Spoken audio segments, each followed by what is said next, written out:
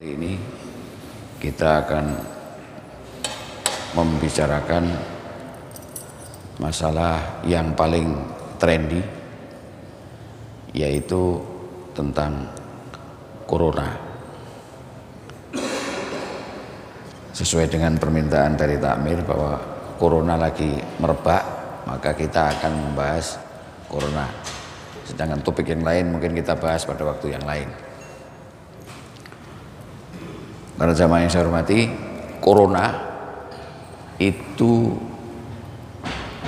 nama dari salah satu makhluk ciptaan Allah yang termasuk golongan virus. Virus, tapi hati-hati, virus ini tidak sama dengan virusnya komputer ya.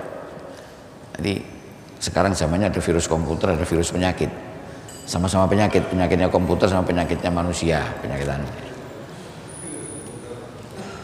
Jadi virus itu salah satu jenis mikroorganisme.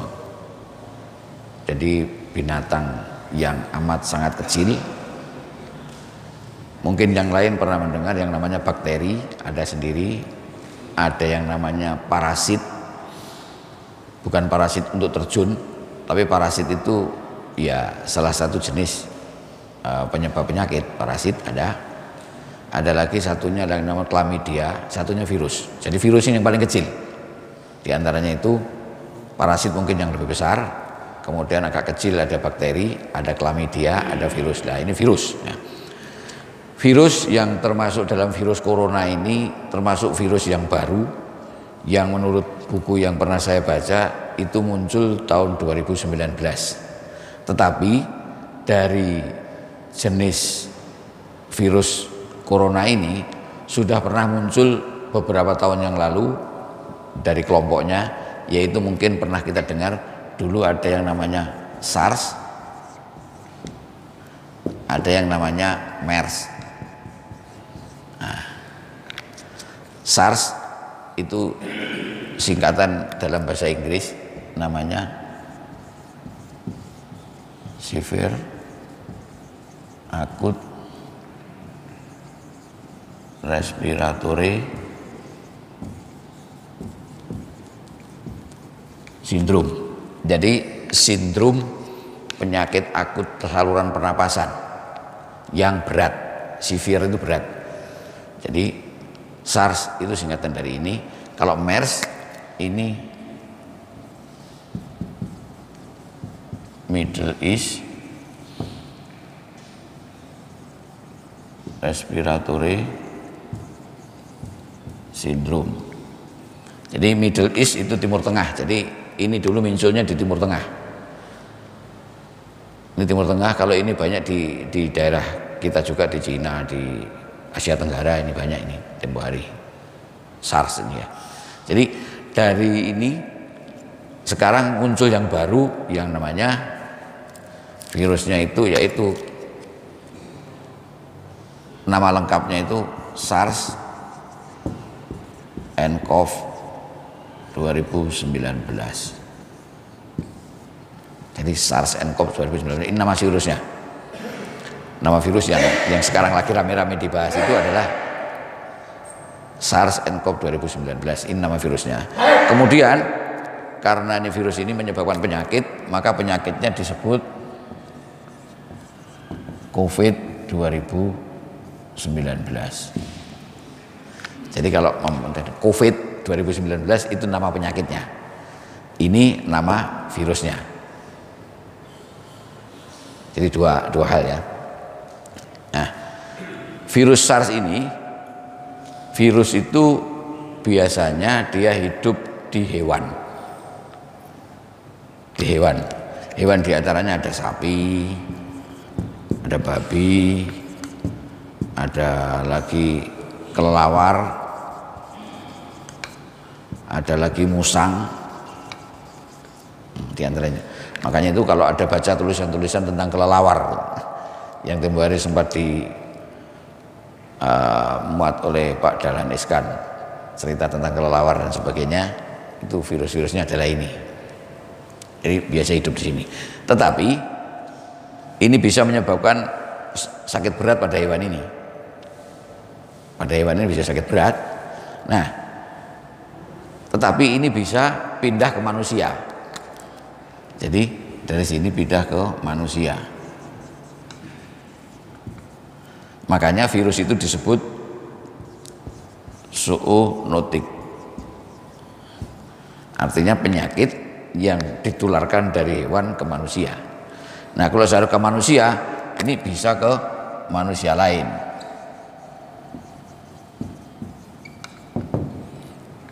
Jadi perpindahannya dari hewan ke manusia, nanti kalau sudah manusia ke manusia lain. Nah, makanya itu ini ceritanya begitu. Jadi virusnya begini. Nah, sekarang yang paling ramai karena dari manusia ke manusia ini, mungkin ininya sudah kelelawarnya kemana tidak tahu kita. Tapi yang ramai ini dari manusia ke manusia ini. Nah, salah satu yang terkait dengan virus ini, bahwa virus itu tidak bisa hidup sendirian. Virus tidak bisa hidup sendiri. Jadi dia kalau di dunia gini, di dunia luar begini, dia sendirian, dalam sekian jam dia akan mati biasanya. Ada beberapa teori, tapi saya belum berani menyampaikan karena masih berkembang sekali. Dia bisa berada di udara luar begini berapa jam, itu ada yang bilang 14 jam, ada yang 18 jam. Karena ini masih baru, 2019, maka masih dalam banyak penelitian. Jadi sekali lagi virus itu tidak bisa sendirian. Oleh karena itu virus itu butuh yang namanya inang, induk semang. Induk semangnya ini bisa di sini, bisa di sini. Bisa di hewan, bisa di manusia.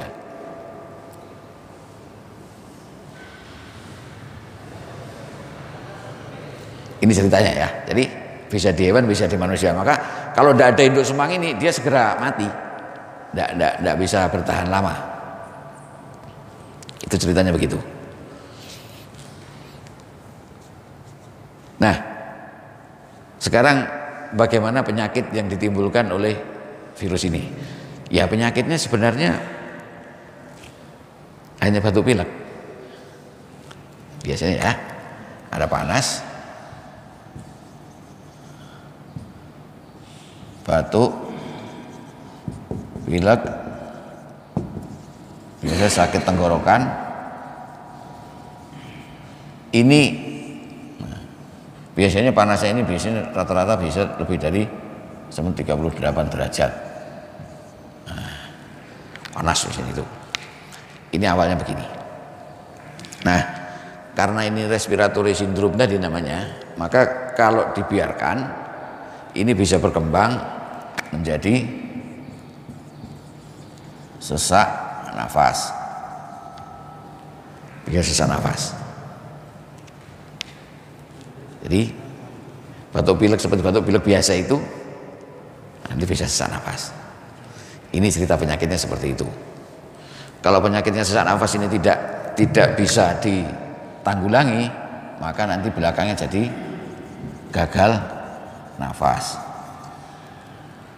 Kalau gagal nafas itu dalam bahasa Indonesia tanda bacanya titik koma.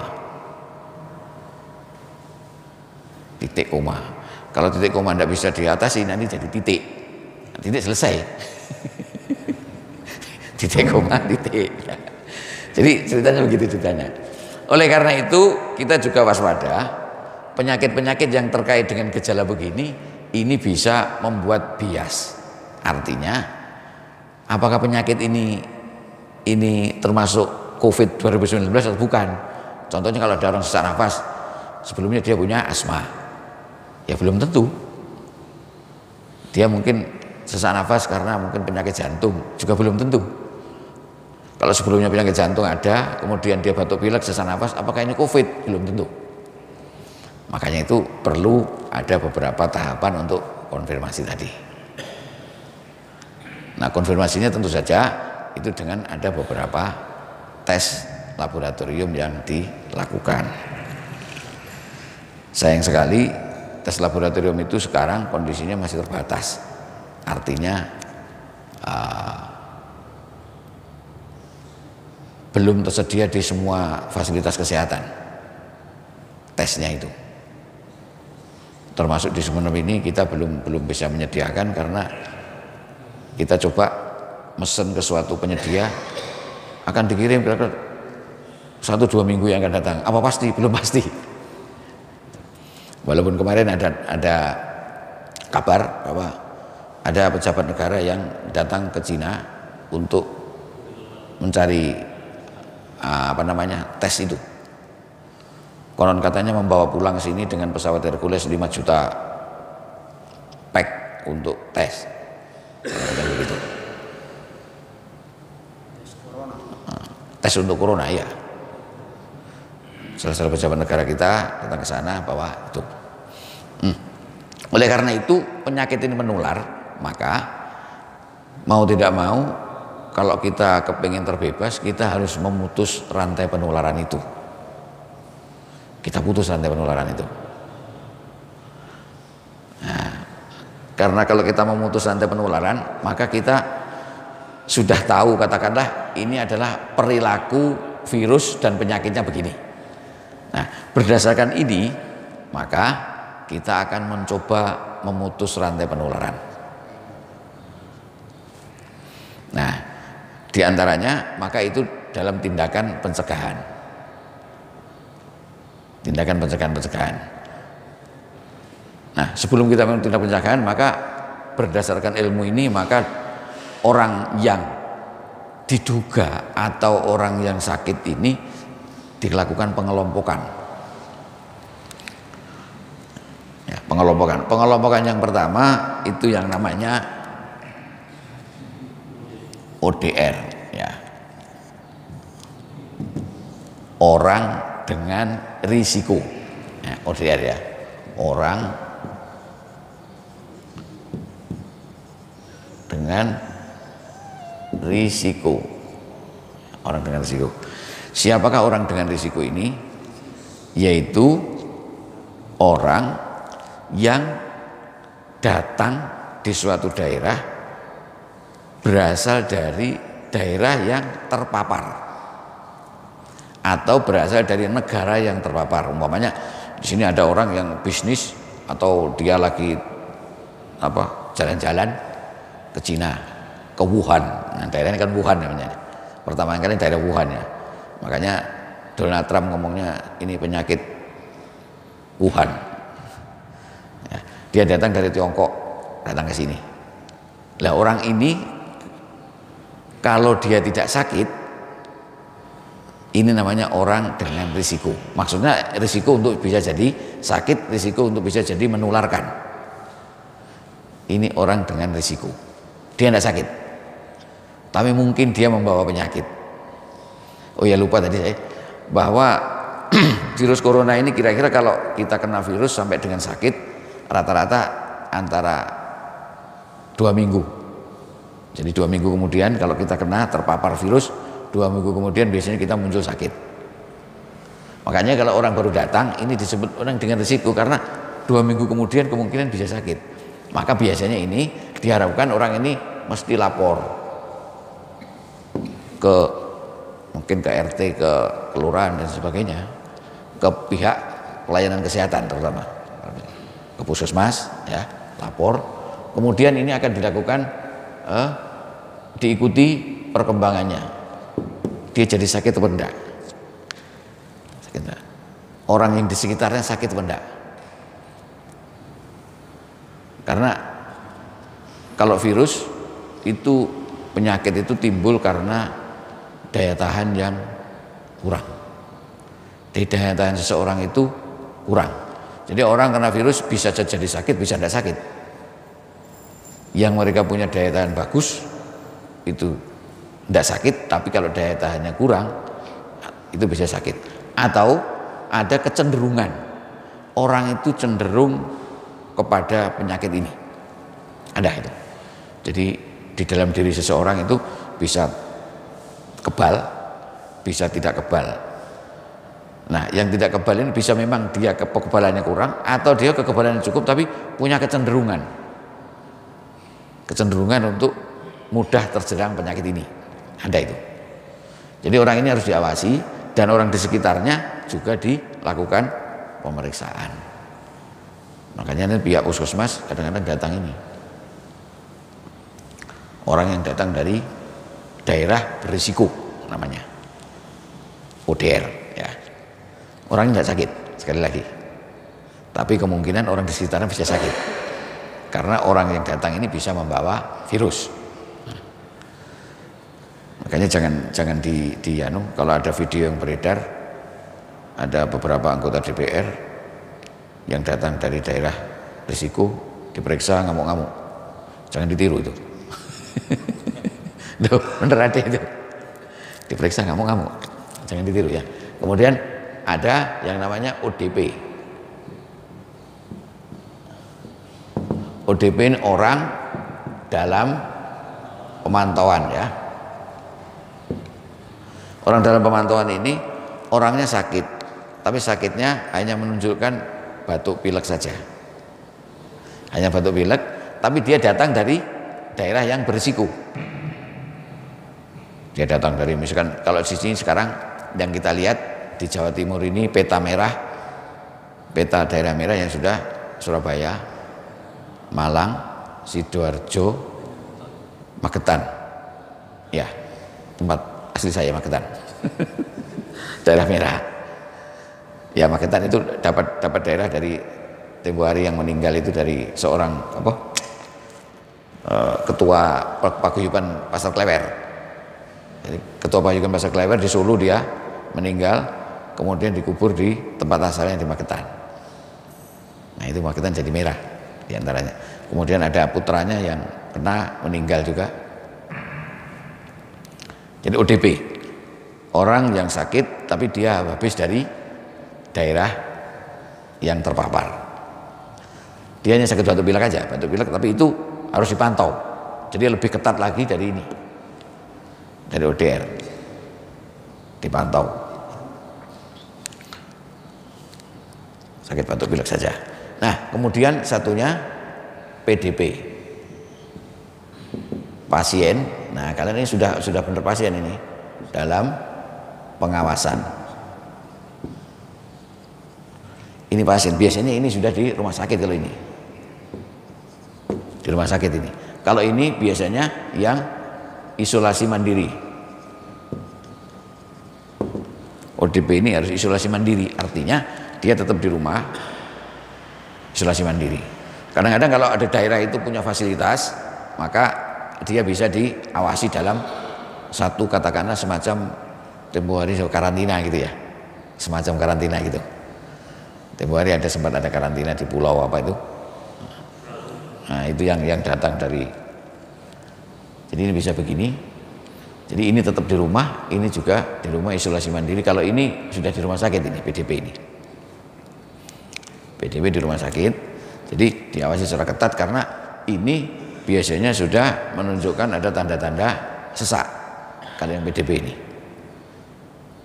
Dia datang dari daerah itu, dia sakit batuk pilek, panas, kemudian ada tanda-tanda sesak, maka dia harus di rumah sakit diawasi. Yang berikutnya yang namanya kasus ini namanya probable. Probable ini sudah di rumah sakit harus ini, tetapi dia belum menunjukkan tes positif, tesnya belum positif, tapi sudah tanda-tanda, istilahnya tanda-tanda klinis itu sudah positif, tapi tesnya masih belum positifnya gitu. Ini probable. Ya dia sakit benar-benar sesuai dengan tanda-tandanya COVID-19, tapi di tesnya belum, mungkin ada masalah dengan imunologi. Yang kelima itu masalah yang sudah terkonfirmasi istilahnya, terkonfirmasi itu yang sudah benar-benar positif COVID 2019. Nih. Oleh karena itu tugas kita sebenarnya ini yang di sini ini kita saling membantu petugas kesehatan agar bisa melakukan pemantauan ini. Jadi kalau misalkan ada tenaga, ada orang yang datang dari ini, kita wajib memberitahu. Karena ini ya katakanlah kalau ada orang kemudian dia menyembunyikan diri, tidak memberitahu, maka tidak menimbulkan kemaslahatan umat nanti. Jadi bisa menimbulkan masalah. Oleh karena itu kita semua wajib untuk membantu petugas kesehatan dalam melaporkan ini, yang ODR dan ODP ini. So, nanti jangan sampai terjadi seperti yang di Malang. Jadi yang di Malang itu sudah meninggal 7 hari kalau nggak salah. Ternyata dia menunjukkan tanda itu, maka dilakukan dan seterusnya, itu ada beritanya. Ternyata dia disembunyikan oleh pihak, tidak tahu pihak siapa itu, sehingga baru diketahui. Nah, baru kemudian kita lakukan rame-rame, sehingga mereka yang berhubungan pernah itu sampai berapa puluh gitu. Artinya orang-orang yang pernah kontak dengan orang-orang ini jadi semuanya harus diperiksa. Jadi kalau katakanlah pada waktu dia meninggal itu sekian orang, berapa ratus orang yang datang melayat pada itu semuanya harus dites. Dianggap itu kontak dengan itu. Nah, kontaknya itu ini tadi saya ngomong cuma dari daerah ya, tetapi tidak hanya dengan daerah itu. Misalkan dia mengunjungi rumah sakit yang merawat penyakit COVID ini, contohnya Sulianti Saroso misalkan ya, atau mungkin kalau di Jawa Timur rumah sakit Erlangga. Jadi ada 2 rumah sakit biasanya yang sering, di Saiful Anwar juga bisa, di rumah sakit Erlangga juga bisa, di rumah sakit Dr. Sutomo juga bisa. Yang banyak itu di situ. Kalau sudah benar-benar kita positif COVID, maka kebanyakan di tempatnya di situ. Jadi di Surabaya ada rumah sakit Erlangga yang ada di komplek UNER di kampus 3. Itu ada rumah sakitnya khusus, itu memang rumah sakit untuk penyakit menular, di sana ada. Jadi di situ itu rumah sakitnya ada rumah sakit Erlangga terdiri dari 2, satu khusus penyakit menular, satu rumah sakit yang untuk pendidikan. Di samping rumah sakit di Dr. Sutomo ada di sana. Jadi kalau ada orang yang habis kontak dengan rumah sakit itu kemudian datang sakit, batuk pilek dan sebagainya, itu perlu jadi ODP. Atau mereka kontak dengan petugas-petugas kesehatan yang merawat pasien-pasien ini, itu juga harus dijadikan ODP kalau sakit ya, harus dipantau. Dari sini ini, jadi makanya itu kenapa kok ini sebenarnya kalau menurut buku yang kami baca bahwa penyakit COVID 2019 ini daya bunuhnya tidak sekeras yang 2 itu sebenarnya. Cuma ini daya sebarnya yang luar biasa. Makanya dinyatakan oleh WHO sebagai pandemi. Artinya pandemi itu menyerang seluruh dunia. Kalau dulu cuma sekitar epidemi, jadi hanya di daerah-daerah tertentu, SARS dan MERS ini, tidak semuanya. Tapi sekarang ini sudah, bahkan sekarang yang paling runyam itu konon kabarnya di Italia itu runyam sangat. Ratusan korban yang meninggal itu dimakamkan tanpa berita dari keluarga, meninggal langsung dimakamkan dan sebagainya. Itu berita-berita yang muncul, tidak tahu kebenarannya. Karena soal 500 sekian sampai sekian banyak yang meninggal. Ini adalah ini. Jadi kira-kira yang kita ketahui dari sini. Oleh karena itu, karena kita sudah ini perilaku penyakitnya begini, maka dari Kementerian Kesehatan menetapkan berdasarkan bagaimana penyakit ini ditularkan. Penyakit ini ditularkan bisa melalui kontak langsung. Artinya kalau kita kontak ini ya, komunikasi dan sebagainya langsung bisa. Atau lewat yang namanya ini, percikan percikan ini. Kalau kita bicara itu percikan-percikan ini, airborne istilahnya, percikan itu. Atau lewat ini, makan. Jadi kalau ada virus termakan, maka bisa menimbulkan itu sementara dari anu. Oleh karena itu dari situ maka ditetapkan bagaimana perilaku kita agar kita bisa mengendalikan dengan benar sehingga tidak berkembang, suatu ketika bisa selesai. Yaitu yang pertama dari Kementerian Kesehatan ini yang harus dilakukan adalah kita harus rajin cuci tangan dengan sabun. Nah, cuci tangan dengan sabun, rajin cuci tangan. Setiap kali kita cuci tangan. Setiap mau ini makan, setiap kita pulang dari seperti ini dari masjid, kita juga cuci tangan. Tangan ya. Setiap kita keluar rumah, datang cuci tangan. Tapi bukan cuci tangan dalam artian cuci tangan meninggalkan tanggung jawab, ya enggak boleh ya. Karena cuci tangan apa? Cuci tangan saya ini masalah. Cuci tangan dari masalah, enggak boleh ya. Cuci tangan dalam arti yang sebenarnya. Kemudian setelah cuci tangan, yang nomor 2, kita juga harus yang namanya menggunakan ini apa namanya? Masker. Nah, ketika sakit atau berada di tempat umum pakai masker ya, pakai masker. Kemudian yang ketiga,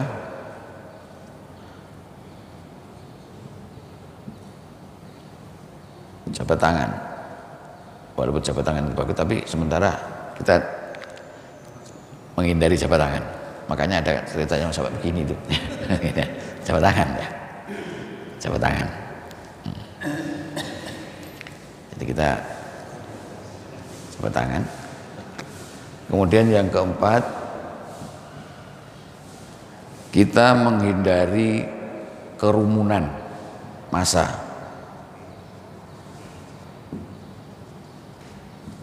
Kerumunan massa dan jaga jarak antar individu.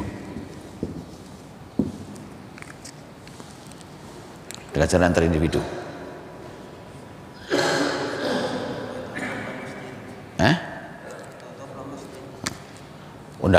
Enggak. Nomor 5 itu namanya di rumah saja. Di rumah saja. Jangan banyak keluar kalau tidak sangat perlu. Di rumah saja. Ya. Di antaranya 5 ini. Di rumah saja, kalau tidak perlu tidak usah keluar. Nah, jabat tangan, masker ini ya. Di antaranya ini. Nah, bagaimana urusan peribadatan, masjid dan sebagainya, ini sudah diatur dari MUI. Jadi MUI sudah mengeluarkan fatwa terkait dengan ini. Nah, fatwanya itu terkait nanti bagaimana kalau suatu daerah dinyatakan daerah merah, seperti contoh Surabaya, Jakarta umpamanya ya. Bagaimana kalau daerah ini termasuk daerah yang kuning, bagaimana kalau daerah yang masih hijau. Itu ada. Jadi mungkin jangan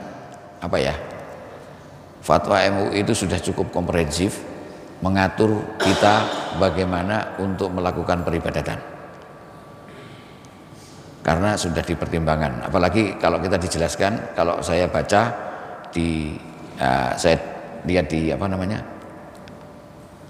penjelasan dari Ustadz Adi Hidayat ya, itu cukup jelas menjelaskan bagaimana fatwa MUI ini harus kita jabarkan di tempat kita masing-masing.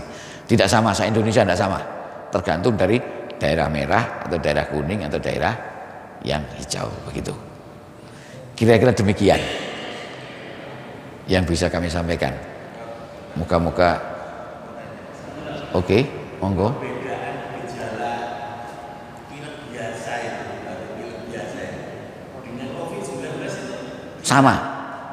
Sama. Iya.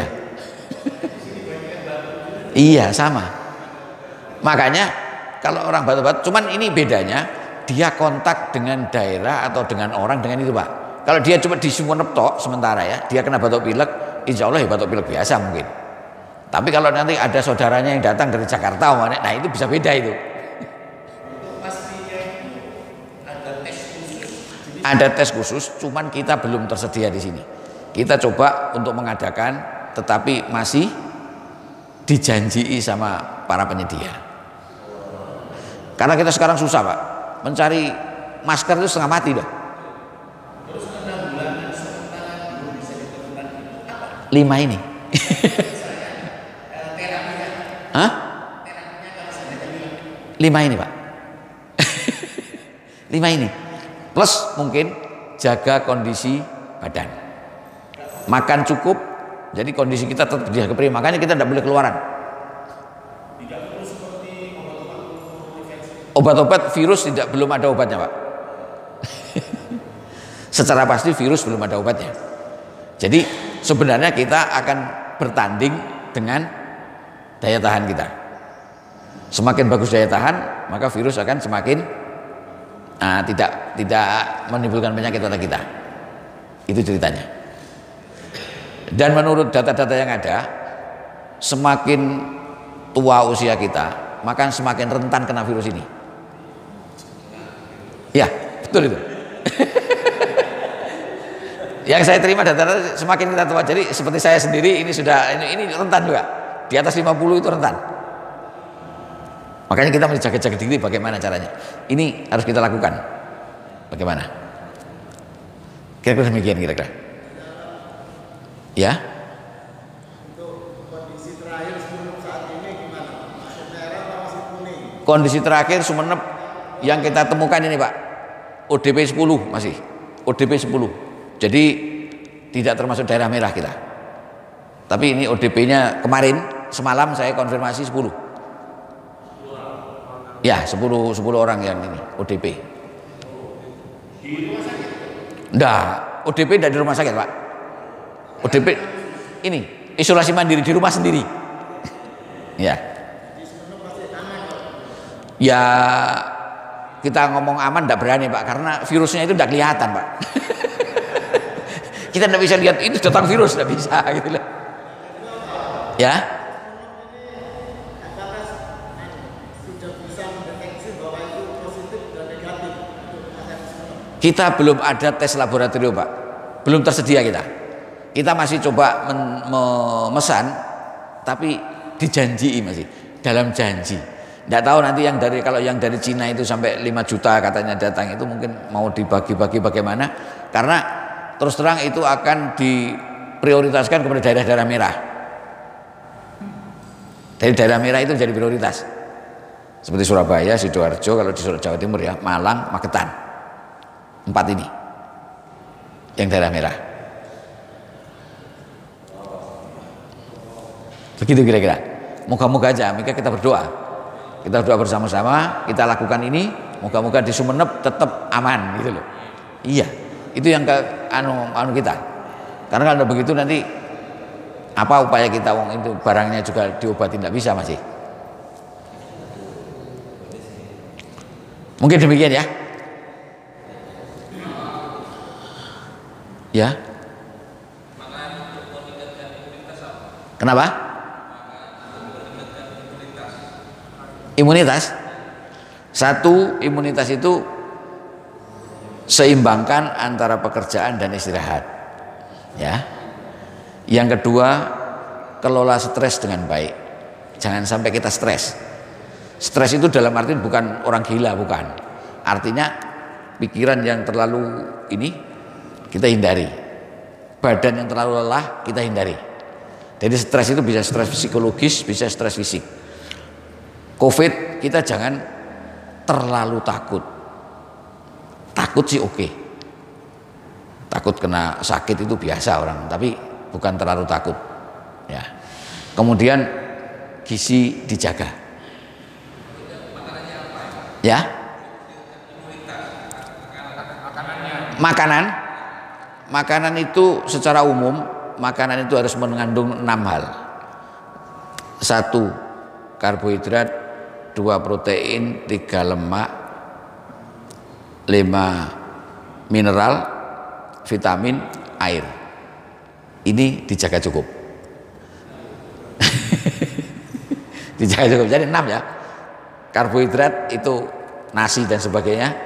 protein itu ikan dan lain-lain, lemak itu ya zat lemak ya, lemak itu, kemudian mineral itu zat-zat seperti natrium, kalium dan sebagainya, vitamin, air yang dijaga cukup, kira-kira itu. Jadi mungkin kalau baca-baca mungkin di puskesmas ada yang namanya gizi seimbang. Nah itu bisa diminta ke puskesmas bagaimana gizi seimbang. Silakan konsultasi, tidak apa-apa, ke puskesmas. Terus ini yang 5 hal ini mesti dilaksanakan. Nah khusus untuk peribadatan silakan mengacu kepada fatwa MUI. Itu sudah cukup komprehensif, kira-kira demikian. Oke ya. Terima kasih atas segala perhatian dan mohon maaf ada kekurangan. Assalamualaikum warahmatullahi wabarakatuh.